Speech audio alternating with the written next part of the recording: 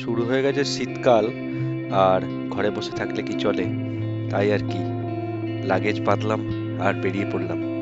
Destination কোথায় জানতে হলে পুরো ভিডিওটা শেষ শেষ পর্যন্ত দেখো। So welcome to another video. আমি রয়েছি এখন পাপ্পুদা ধাবা। ফ্রন্ট ক্যামেরা এটা উল্টোভাবে আসছে, আর জায়গাটা হচ্ছে NH-34-এর ওপরে। যে দেখাই, NH-34 পিছন দিয়ে যাচ্ছে। বহরমপুর পেরিয়েছি এবং সামনে মোরগ্রাম, তারপরে ফারাক্কা। যাচ্ছি কোথায়? যাচ্ছি এখন শিলিগুড়ি। আজকের তারিখটা হচ্ছে 8ই ডিসেম্বর। এখন বাজে সকাল 8:45। বাড়ি থেকে বেরিয়েছিলাম অলমোস্ট ওই 4:30 নাগাদ। দেন বৃষ্টির পূর্বাভাস ছিল, তো বৃষ্টি কমে যায়নি, বৃষ্টি পড়ছিল। সেই স্প্রে মারা যেটাকে বলে, কাইন্ড অফ সেরকম। তো সে বৃষ্টি মাথায় নিয়ে রেনকোট পরে এসে পৌঁছাই। সবাইকার সাথে দেখা হয়, ব্যাগ লাগেজ বেঁধে এসে পৌঁছাই কিছু কাদার মধ্যে দিয়ে। এক কাজ করো, ভিডিওটা প্রথম থেকে দেখো, তাহলে আশা করি বুঝতে পারবে। সো এখন রয়েছি হচ্ছে সোমরা বাজার ক্রস করে বেহুলায় এসছি। আপডেট এই যে বৃষ্টি আবার স্প্রের মতো শুরু হয়ে গেছে রাস্তায়। এই যে রেনকোট পরে আমি, এদিকে আরও দিব্য আছে, ওদিকে সৌভিক নস্কর আছে, তিনজনে দাঁড়িয়ে আছি, অপেক্ষা করছি সৌমেন কর্মকারের আসার। কথা ছিল হচ্ছে সোমরা বাজার করোলাতে মিট আপ হবে, কিন্তু অন্ধকারে দেখতে পাইনি কোথায় পেট্রোল পাম্প। ক্রস করে চলে এসেছি, দিয়ে বেহুলা ঢোকার পরে খেয়াল পড়লো তো সোমরা ক্রস করে গেছি, তো এখানে দাঁড়ালাম। এখন ওরা আসুক, তারপরে আবার এখান থেকে বেরোবো। আপডেট এই, বৃষ্টি থেমে যাওয়ার কথা ছিল কালকে রাত্রে, থেমেও গিয়েছিল, কিন্তু সকালবেলা যেই 4টে নাগাদ, 4টে 3:30 নাগাদ বেরোবো, আবার সেই স্প্রের মতো শুরু হলো এবং থামার কোনো নাম নেই, সেরকম হয়েই চলেছে। তো তার বৃষ্টির মাথায় নিয়েই আপাতত বেহুলা অবধি এসে পৌঁছেছি। সামনে কতদূর কি বৃষ্টি পাই দেখা যাক। এই যে এখানে কর্মকর্তা এখানে ব্যাগ ভাবছে, আর এখানে আমাদের অনিশ ব্যাগ বাদ দিয়ে বাজে কমেন্ট দিতে বলি, যদি চুপ করে ধরে দাঁড়িয়ে থাকতে।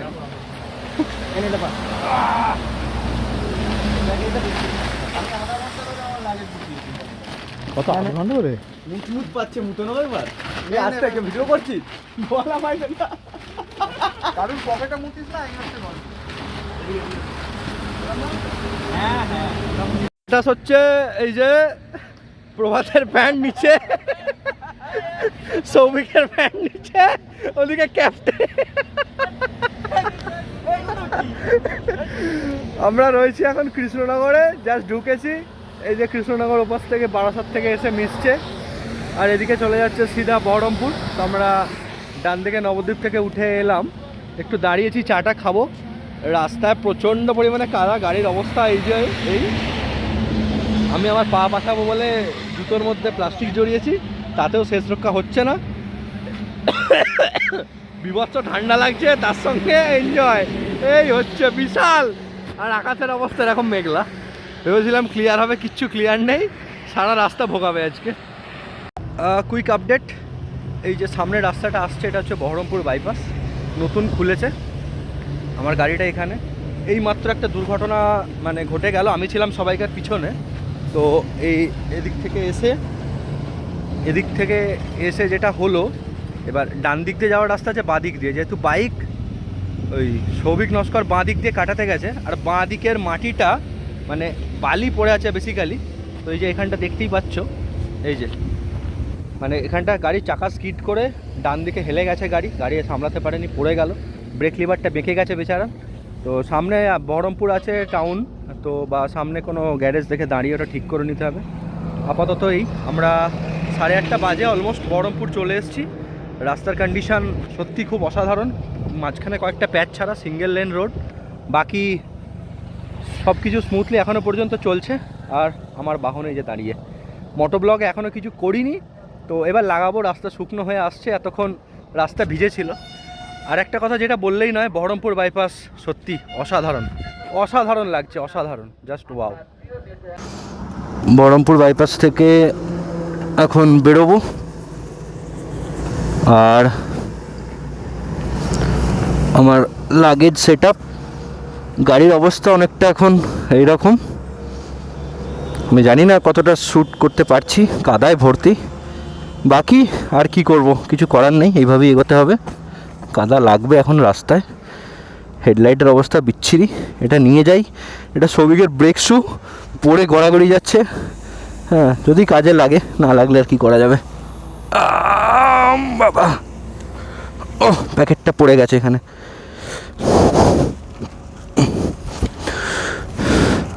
এটা অনেকটা আজকে আমার জুতোটাকে বাঁচিয়েছে, না হলে কাদায় ভর্তি হয়ে যেত।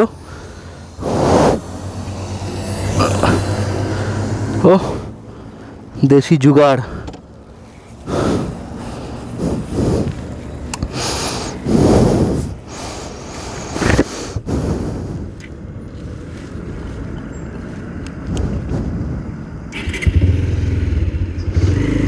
গাড়ি স্টার্ট না হলে ভয় লেগে যায়, কিছু আবার সমস্যা করছে নাকি।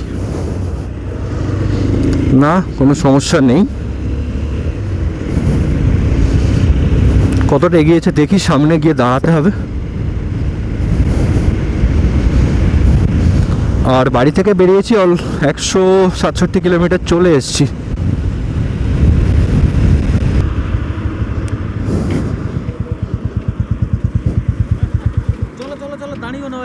হ্যাঁ না, ও এরা মেরা নড়তে নড়তে আমার উঠে চলো। আরে দাঁড়া ভাই, 2 মিনিট ওখানে, কি জ্বালাতন। আমি ভাবছিলাম বাইপাসে ঢোকার আগে, হ্যাঁ আমার পকেটে জায়গা নেই। হ্যাঁ বাড়া, ওটা ধুলোয় ভর্তি, তুই বাড়া রাখ ওটা তোর পকেটে।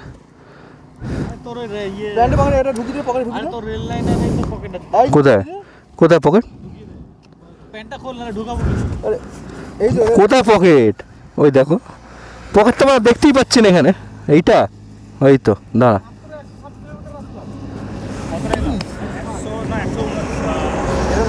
166। সামনে আমাদের ক্যাপ্টেন, ক্যাপ্টেনের সঙ্গে একটু কথা বলি।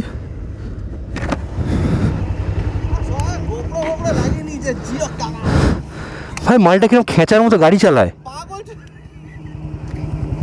আরে ভাই দুমদাম ওভারটেক করে নি। লরিওয়ালা বলছে কেলিও পড়ে গেছে। ও লরিওয়ালা খবর দিল।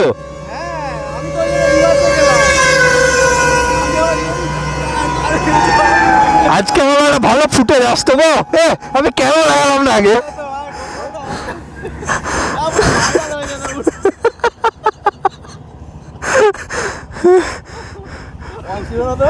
কি আমি তো তারপরে লাগালাম, আমি ভাবছিলাম বাইপাসটাকে ক্যাপচার করব।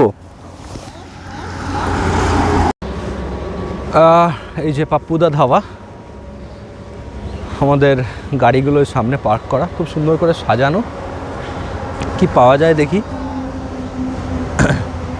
ওয়েদার কন্ডিশন অনেকটা বেটার, নীল আকাশ দেখা যাচ্ছে, রাস্তা অলমোস্ট শুকনো। তো এখানে ব্রেকফাস্ট করব, দেন আবার সামনের দিকে এগোবো। আপাতত এই প্ল্যান। আমাদের মেম্বাররা এখানে ডিসকাশন করছে নিজেদের মধ্যে, আর গাড়িগুলো এই জায়গায় পার্ক করা।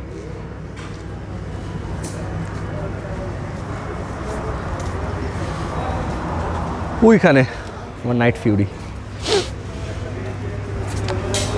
সো চলো, সামনে অনেক কিছু আসছে, দেখতে থাকো। কথা কম কাজ বেশি, ব্রেকফাস্ট চলে এসছে, আলুর পরোটার দই, চটপট খাবো, খেয়ে বেরিয়ে যাবো।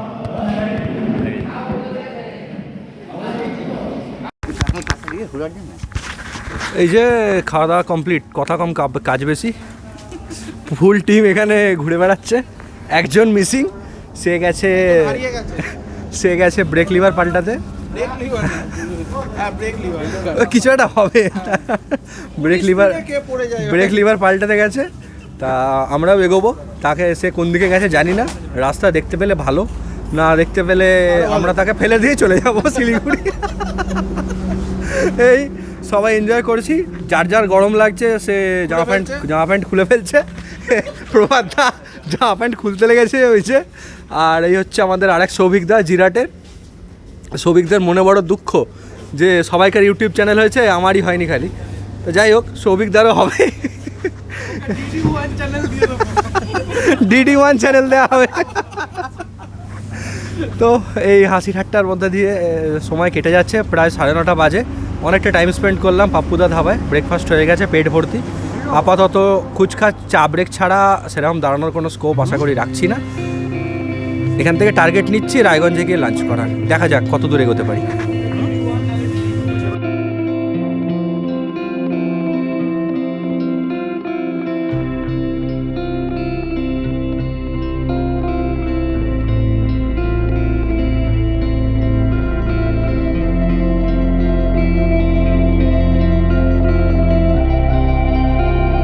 পুরো ধাবা থেকে বেরোলাম, বাড়ি থেকে 178 কিলোমিটার এখনো চলে এসেছি।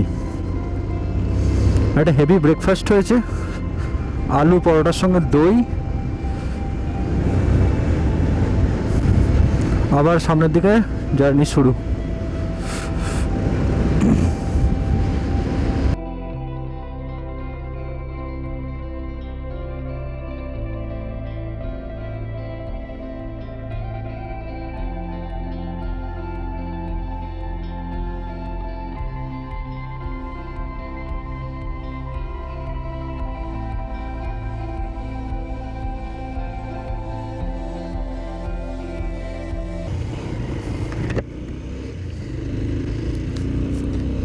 এই জায়গাটা আমি আগেও দেখেছিলাম, বৈদিকদা বা বাংলা যে সমস্ত ইউটিউবাররা আছে এই জায়গাটা কভার করে। এই ব্রিজটা বেশ সুন্দর, সুন্দর সুন্দর ড্রোন শট দেখেছিলাম। ইচ্ছা ছিল আমি একদিন হয়তো যদি নিতে পারি।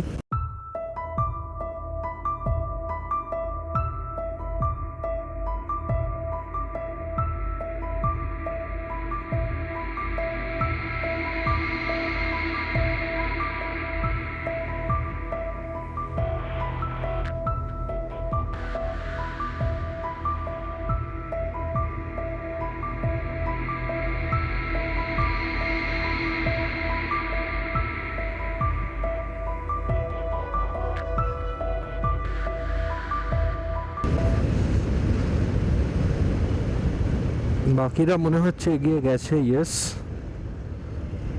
সো আমাকে একটুখানি এগিয়ে যেতে হবে। 1 2 3 4 ওই যে আমার জন্য ওয়েট করছে।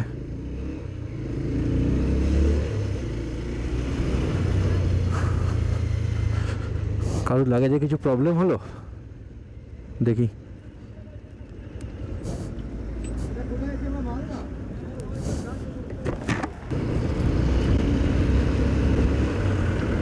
আমার লাইফে সেকেন্ড টাইম বাইক নিয়ে আসার সময় ফিরেছিলাম, এখন যাচ্ছি।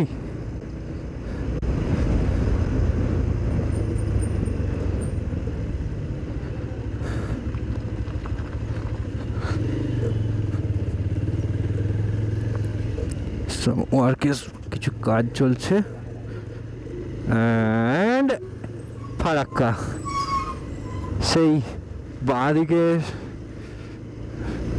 বিপুল জলরাশি, ডান দিকে জল রয়েছে কিন্তু ওপাশে বালির চড়া। ফারাক্কা ব্যারেজ।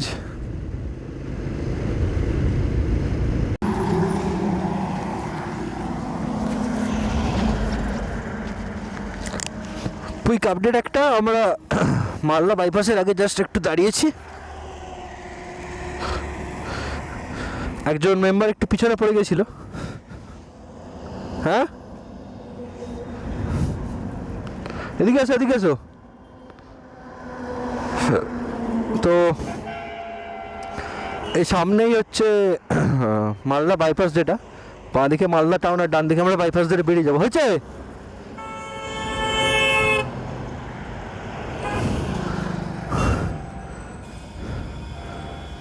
চলো।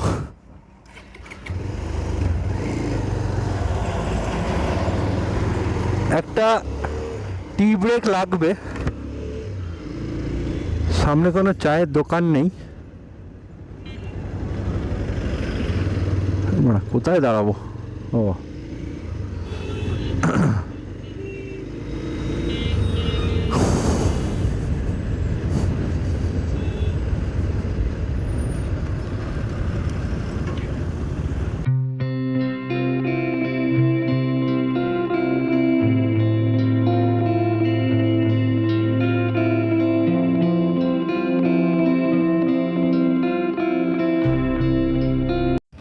রায়গঞ্জ চলে এসেছি।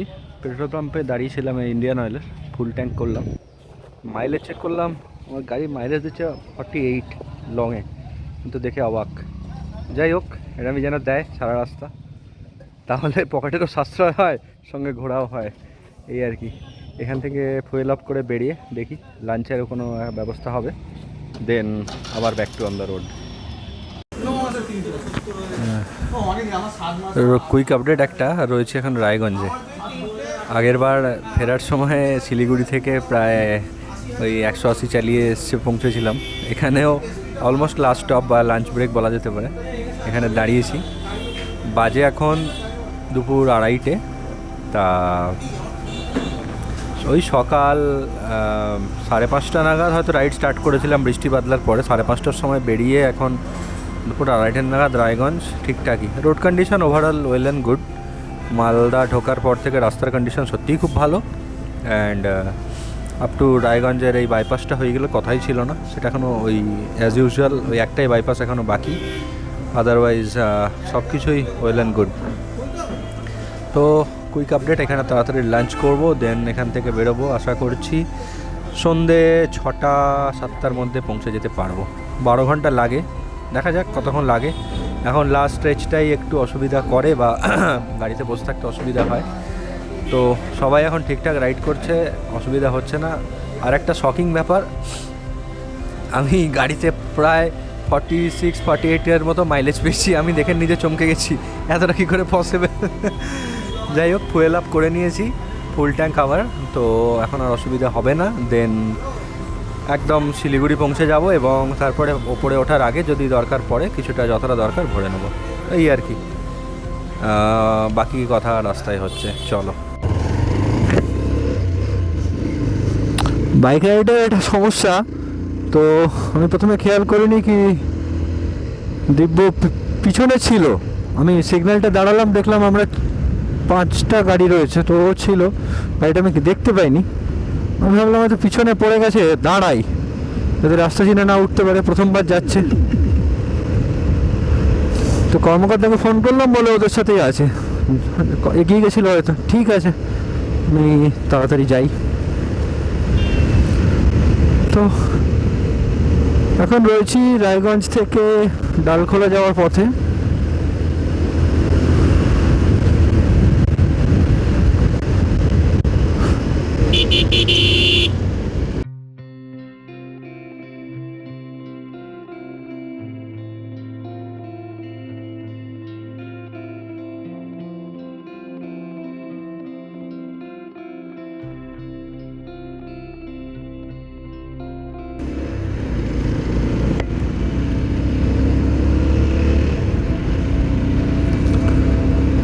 আর রয়েছি এই রায়গঞ্জ থেকে ডালখোলার যে রাস্তাটা, সত্যি মানে একটা রাস্তা বটে।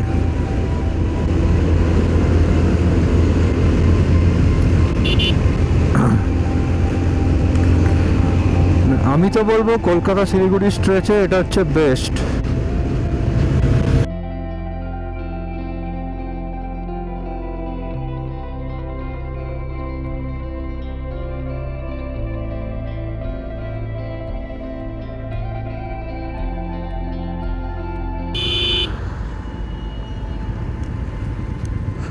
কেলো ও পিছনে ফোন করছে, চলে আসবে গো। আরে ডান দিকেই তো। আরে আমি চিনি, চলো না। আমি আর কি পাচ্ছি না, সিরিয়াসলি। আরে ভাই আমি এসছি এই রাস্তা দিয়ে, চ চ চ চ। আরে ও চেনে রাস্তা।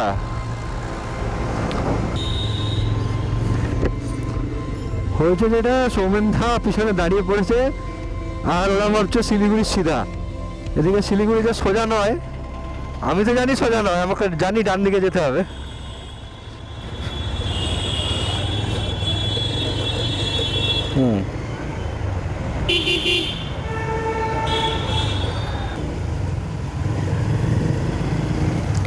আর আমরা NH-34 এখানেই এন্ড করে NH-12-এ উঠছি।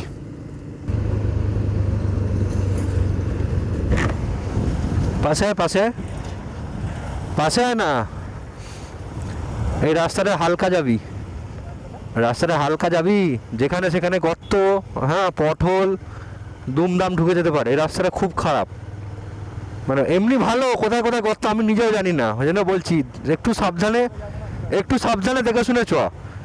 আর বেশি নয়, 120 বাকি আছে, আর হয়ে এসছে।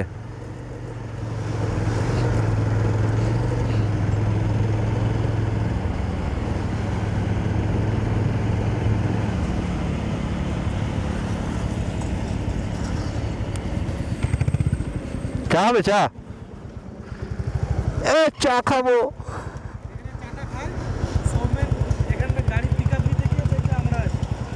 গাড়িটা ফাঁকা ঢাকা পড়ে যাবে না তো? গাড়িটা ফাঁকা ঢাকা পড়ে যাবে না তো? আচ্ছা, চিল্লাবো চিল্লাবো করে চিল্লাবো। না না, ও যা চালায়। কুইক আপডেট, এখন রয়েছি হচ্ছে ইয়েতে, ভুলে যাচ্ছি সব। ডালখোলা পেরিয়ে গেছি, ডালখোলা পেরিয়ে একটা টোল গেট আছে, টোল গেটের সামনে দাঁড়িয়েছি। আর বেশি রাস্তা নেই, 120 কিলোমিটার মতো বাকি আমাদের গাড়িগুলো জাস্ট পার্ক করা। একটু চাটা খাবো, রিফ্রেশিং, দেন বেরিয়ে যাব। NH34 শেষ, NH12 ধরে এগোচ্ছি। অন টাইমেই আছে, খুব একটা লেট হয়নি।